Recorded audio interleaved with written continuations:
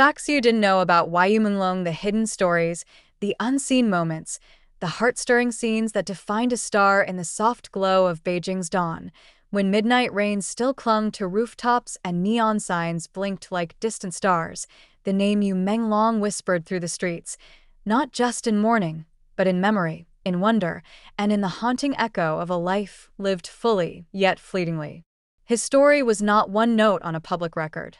It was a symphony of passion, perseverance, beauty, and unanswered questions, a tapestry woven with threads of brilliance that not everyone saw. Yu Menglong was born on June 15, 1988, in the vibrant, windswept city of Urumqi, Xinjiang, far from the bustling studios of Beijing.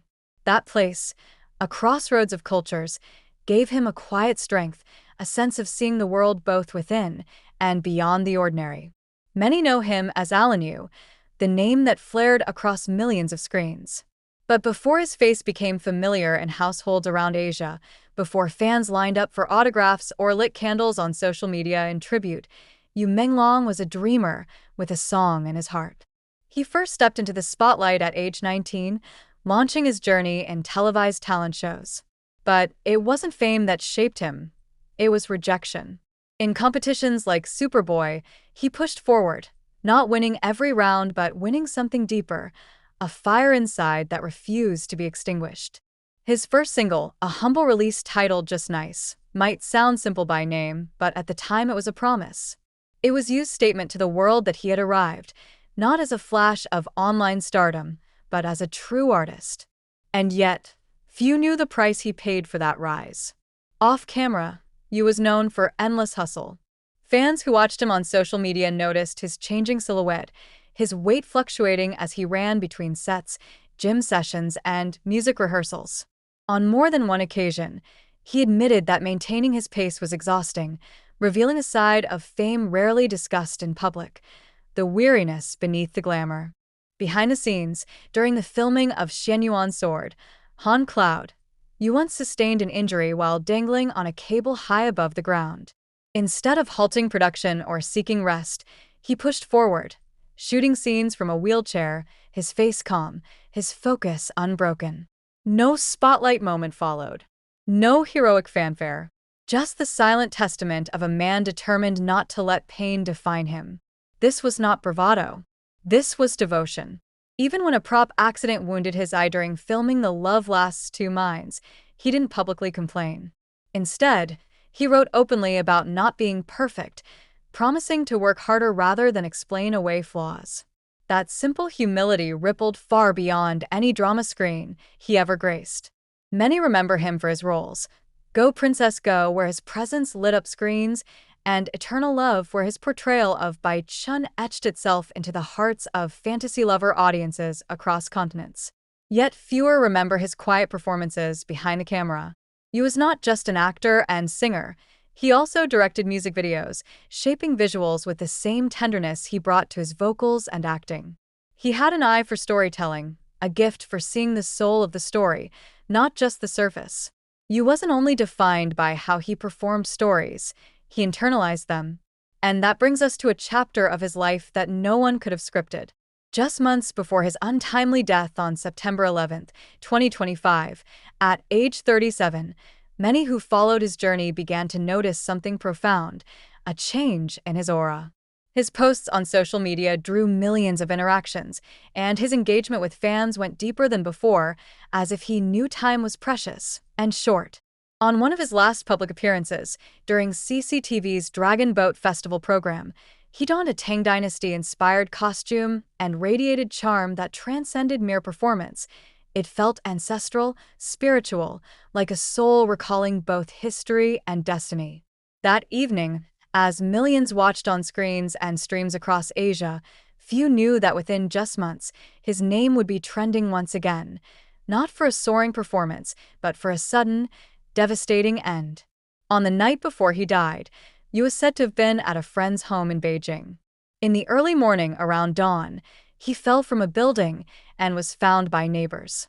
Police ruled out criminal involvement and described the event as a tragic accident, saying he fell while intoxicated, an explanation that brought both sorrow and controversy to fans worldwide. Behind the official statements were scenes of chaotic grief, fans flooding social platforms with tributes, sharing screenshots of his lyrics, echoing lines from dramas he made unforgettable, lighting virtual candles that seemed to stretch into the digital infinite. Millions of voices spoke in unison, celebrating his smile, his grace, his gentleness, and the life force he poured into every character he embodied. Yet, even in mourning, there were questions, not out of spite, but out of deep attachment to a star who had been so vibrant. A last message circulating online, purportedly sent by Yu to his mother shortly before he fell, went viral among fans. In it, he spoke of uneasy truths and uncomfortable feelings about money he felt he hadn't earned cleanly, a message that ignited debate and concern among followers around the world. Whether that message was factual or misinterpreted in the frenzy of public speculation, it revealed something undeniable. People loved him not just because he was talented, but because he was real. The fans didn't want a sanitized image. They wanted the truth of who Yu Menglong was, exactly as he lived it. Raw, soulful, flawed, and fiercely human. And indeed, that is the fact about Yu Menglong that very few people truly knew. He lived with his whole heart on his sleeve, whether singing a soft ballad, portraying a mythical prince, or sharing a thought that felt too personal to broadcast. Fans from across the world, China, Southeast Asia, even Western drama communities, still speak of him not as a fleeting face from a screen, but as a presence that stayed. They share stories of how his roles helped them through nights of insomnia, how his songs echoed in moments of quiet reflection, how a single glance in a drama scene felt like a warm whisper in real life. That is the legacy, the unscripted, unsung truth. Yu Menglong was not simply a star. He was a thread woven into the lives of millions. His life was finite, his impact infinite. And the world still feels the ripple of his absence. The city had always whispered Yu Menglong's name, but after the world revisited the earliest chapters of his life, those whispers grew louder, turning into echoes that painted entire alleyways with memory. If people knew he came from Urumqi, they didn't know what that truly meant. Not yet. Not until those closest to him began to speak, revealing pieces of a boy who saw beauty where others saw silence.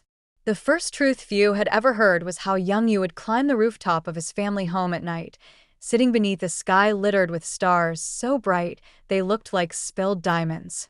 He carried a wooden radio he'd repaired himself, its antenna bent, its speaker crackling like it breathed. He would tune it to the faintest signals, foreign music drifting from distant provinces, and listen until dawn, letting melodies shape the dreams he didn't yet dare tell anyone. His mother once found him asleep there, head resting on his radio, moonlight tangled in his hair. She whispered later, he didn't want to become famous. He wanted to become heard. It was a detail the world never learned, a quiet truth buried beneath the noise of fame. But knowing it now casts a glow on everything that came after. Another fact, one hidden behind the masks of spotlight and makeup chairs, was how he handled rejection. People saw the polished version of those televised competitions, lights, judges, audiences cheering. But what the world didn't see, what only a few friends remember, was the evening he came home after losing a round on Superboy.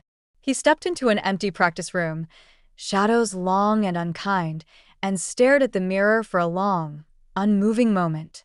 Then he smiled. Not because he wasn't hurt, but because he decided the loss would not define him. He turned on the speakers, flooded the room with trembling chords, and sang. Not the song he performed on stage, but one he had written himself, a song about beginning again, even when your voice breaks. The cleaner working that night paused, mop in hand, listening through the door as Menglong's voice rippled through the quiet hallways like light returning after a storm. I knew then, the cleaner later recalled, that he would go far, not because he won, but because he refused to stop. And so he didn't. Little known fact, after releasing his first single, Just Nice, You didn't celebrate.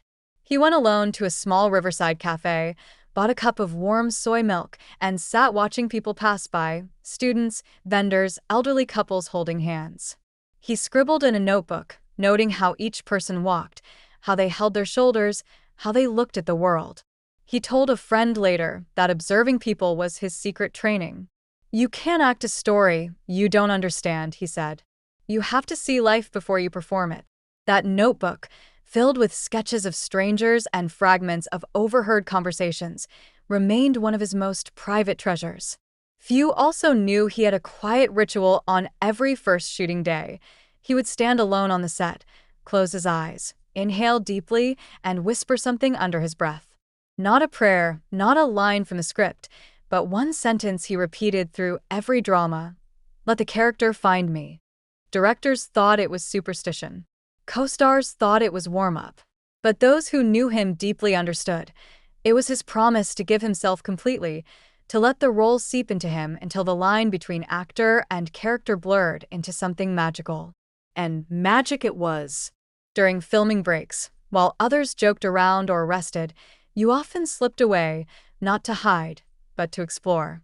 He touched the props, studied the architecture of sets, traced his fingers over carvings in wooden pillars as though they whispered stories he needed to learn. On historical drama sets, he would often ask designers about the origins of objects, how people held their chopsticks in that dynasty, how scholars carried their scrolls, how nobles walked with authority but not arrogance. He digested those details, weaving them into his performances so seamlessly viewers never realized the depth of his preparation. One designer recalled a moment when you stood inside a palace corridor, lights off, cask on, crew packing up. He walked slowly, robes trailing behind him, posture shifting with each step. When she asked what he was doing, he said softly, "I want to know how he breathes when no one is watching." Facts like these, tiny truths, quiet details, paint a picture brighter than any spotlight. But the most touching hidden truth was perhaps this: despite the chaos of fame, Yu Menglong stayed deeply connected to the gentle boy who listened to distant music on a rooftop. His friends said that whenever he felt overwhelmed, he'd hum the same tune he heard on that radio at age 9, a faint melody that no recording has ever captured, a song that lived only in his memory and in the hearts of those who loved him. And every time he hummed it, his shoulders relaxed, his eyes softened, and for a moment, he wasn't a star or an actor or a public figure. He was simply you, the boy who dreamed under the stars.